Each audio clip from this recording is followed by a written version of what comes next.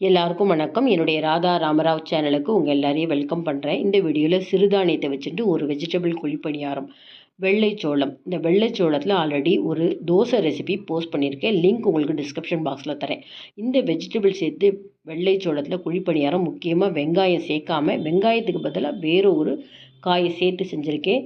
ஏதாவது ஒரு வகையில் நம்ம அடிக்கடி சிறுதானியத்தை சாப்பிட்ணும். அப்போ சிறுதானியத்தை ரொம்ப டேஸ்ட்டாக செய்யணும் அப்படின்னா இந்த மாதிரிலாம் ஒரு வெஜிடபிள் குழிப்பணியாரம் செஞ்சு பாருங்கள்.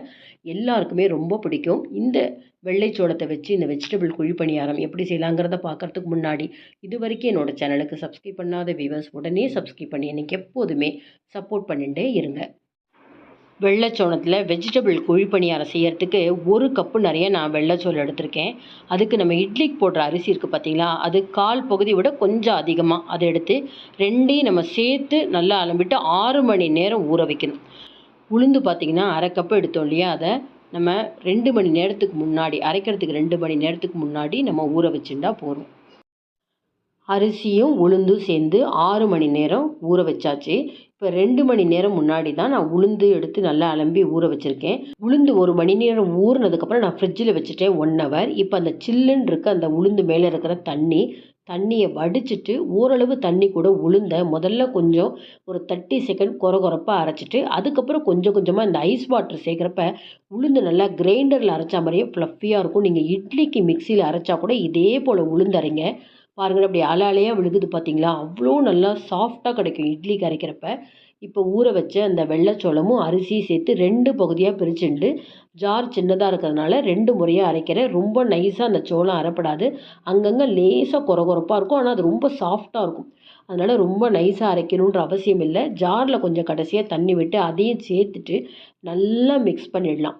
மிக்ஸ் பண்ணிவிட்டு இப்போ நான் அதை 2ஆக பிரிச்சுக்க போகிறேன். ஒன்று நார்மல் தோசை, இது ஆல்ரெடி வீடியோ போட்டிருக்கேன், அதனுடைய லிங்க் தரேன். அந்த மாதிரி நார்மல் தோசை போடுறதுக்கும் ஒரு பகுதி பார்த்திங்கன்னா ஒரு ஈவினிங் ஸ்நாக்ஸ்க்கும் நைட்டு டின்னருக்கும் ஒரு குழிப்பணியாரம் செய்கிறதுக்கு 2ஆக பிரிச்சுட்டேன்.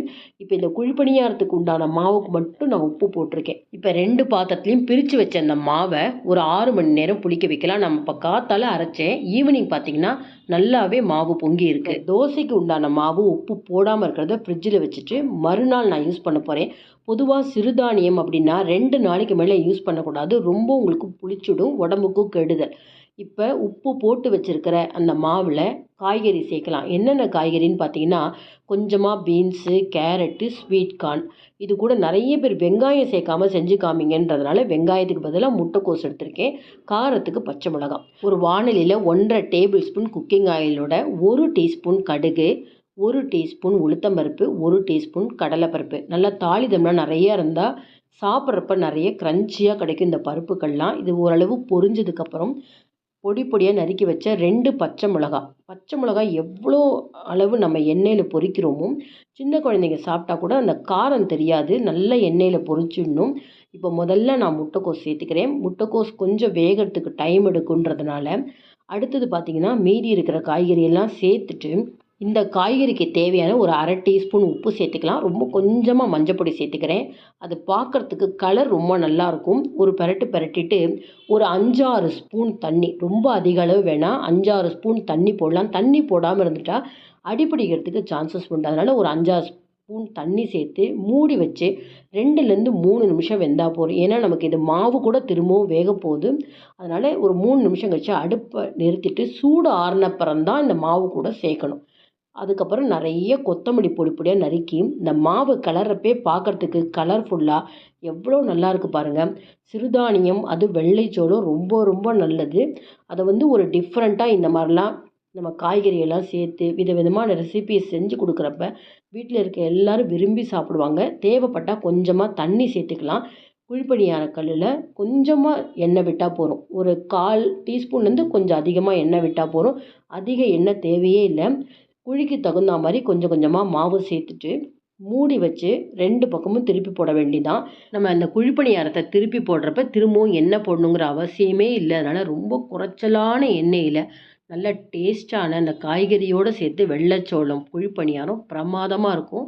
இந்த மாதிரி மூடி வச்சுட்டு ஒரு 3லேருந்து 4 நிமிஷம் கழிச்சு நமக்கு இன்னும் நல்லா ரோஸ்ட்டாக வேணும் அப்படின்னா நல்லா நிறம் வந்த பிறகு எடுக்கலாம். இப்போ இந்த கலர் எடுத்து காமிக்கிறேன் பாருங்கள். லைட்டு அந்த கோல்டன் ப்ரௌன் கலர் வந்திருக்கு இல்லையா? திருப்பி போட்டதுக்கப்புறம் வெந்ததுக்கப்புறம் எல்லாத்தையும் பிளேட்டில் நான் ட்ரான்ஸ்ஃபர் பண்ணுறேன் பாருங்கள். இப்போ இந்த மாதிரி நிறைய பேர் குழிப்பணியாரம் எனக்கு வேண்டாம், ஒரு அடை மாதிரி ஒரு ஊத்தப்பம் மாதிரி வேணும் அப்படின்னா அதையும் செஞ்சு காமிக்கிறேன். இப்போ இதே மாவுலே பாருங்கள், தோசை தவால கொஞ்சம் மொத்தமாக ரொம்ப மெல்லிசாக நமக்கு தேய்க்க வராது, காய்கறிகள்லாம் இருக்கிறதுனால ஒரு அடை மாதிரி நம்ம போடலாம். ரொம்ப சாஃப்டாக இருக்கும். ரொம்ப கொஞ்சமாக எண்ணெய் விட்டு நீங்கள் 2 பக்கமும் நல்லா சுட்டு எடுங்க. செம்ம சூப்பராக இருக்கும். அதனால் 2 விதமாகவும் ட்ரை பண்ணி பாருங்கள். எனக்கு இந்த மாதிரி குழிப்பணியாரம் வேண்டான்னா இந்த மாதிரி அடை மாதிரி போட்டுக்கோங்க. இப்போ பாருங்கள், இந்த குழிப்பணியாரமே இன்னும் கலர் அதிகமாக நான் கொஞ்சம் நேரம் வச்சு எடுத்திருக்கேன். இன்னும் டேஸ்ட்டாக இருக்கும். இதை ஒன்று ஓப்பன் பண்ணி காமிக்கிறேன் பாருங்கள். உள்ளுக்குள்ளே ரொம்ப ரொம்ப சாஃப்டாக இருக்கும். நீங்கள் நார்மலாக ஒரு அரிசி உளுந்து வச்சு செய்யக்கூடிய குழிப்பணியாரத்தை விட இந்த வெள்ளை சோள குழிப்பணியாரம் ரொம்ப நல்லாயிருக்கும். அவசியம் இதை பார்த்தோன்னே ட்ரை பண்ணி பாருங்கள். இந்த வீடியோ பிடிச்சிருந்தா லைக்ஸ் கொடுங்க, கமெண்ட் பாக்ஸில் உங்கள் கமெண்ட்ஸ் போடுங்க. ஃப்ரெண்ட்ஸ் அண்ட் ரிலேட்டிவ்ஸ்க்கு உடனே இந்த வீடியோவை ஷேர் பண்ணுங்கள். இது வரைக்கும் என்னோடய சேனலுக்கு சப்ஸ்கிரைப் பண்ணாத வியூவர்ஸ் உடனே சப்ஸ்கிரைப் பண்ணி நீங்கள் எப்போதுமே சப்போர்ட் பண்ணிகிட்டே இருங்க. இன்னொரு இன்ட்ரெஸ்டிங்கான வீடியோஸில் பார்ப்போம். Thank you viewers.